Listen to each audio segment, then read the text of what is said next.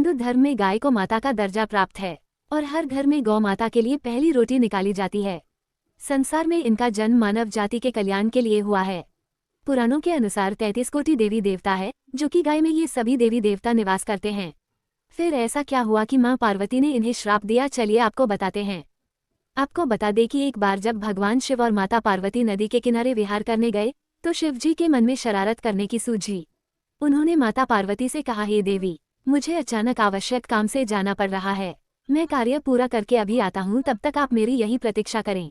दरअसल भगवान शिव माता पार्वती को परेशान करना चाहते थे। शिव जी की बात मानकर देवी पार्वती अकेले ही तट पर बैठकर उनकी प्रतीक्षा करने लगी। इसी तरह शाम हो गई और उस दिन तीज की तिथि थी। जब रात तक शिव जी ना लौटे तो माता पार्वती ने तट पर ही रेत के शिवलिंग का निर्माण किया और आसपास उपलब्ध पूजन सामग्री से रात भर शिव जी का निर्जला निराहार व्रत संपूर्ण किया। शिव जी सूक्ष्म रूप में वहीं उपस्थित थे और हर गतिविधि के साक्षी थे। सुबह होने पर पार्वती ने समुद्र में रेत के शिवलिंग और पूजन सामग्री का विसर्जन कर दिया। इसके थोड़ी ही देर बाद शिव जी प्रकट हो गए और बोलने लगे कि देवी पार्वती, आपने कल तीज की तिथि पर मेरी पूजा नहीं की। पार्वती जी ने कहा कि मैंने पूजा की है और अभी सामग्री विसर्जित की है। शिव जी अभी भी पार्वती के साथ और ठिठोली करना चाहते थे। उन्होंने कहा कि पार्वती, मुझे तो पूजा का कोई चिन्ह दिखाई नहीं दे रहा है, अगर आपने पूजा की है तो प्रमाण दीजिए। मां पार्वती भी समझ चुकी थी कि भगवान शिव उन्हें जानबूझकर सता रहे हैं, क्योंकि जो जगत की हर घटना का साक्षी है उसे प्रमाण की क्या आवश्यकता है।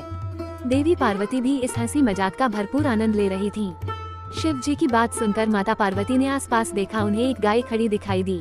उन्होंने शिव जी से कहा कि ये गाय मेरी साक्षी है, जब मैं पूजा कर रही थी ये गाय यहाँ उपस्थित थी। शिव जी ने गाय से पूछा कि क्या पार्वती ने पूजा की है। गाय ने ना में सिर हिला दिया। शिव जी ने कहा, पार्वती, आप असत्य कह रही हैं, गाय ने आपकी गवाही नहीं दी। शिव जी के सामने स्वयं का कारण झूठा साबित होना पार्वती सहन नहीं कर पाई और क्रोध में आकर उन्होंने उसी वक्त गाय को श्राप दे दिया।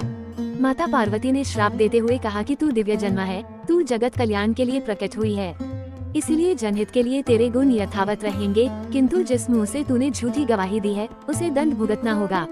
झूठ बोलने के कारण अब से जूठन ही तेरा आहार होगी।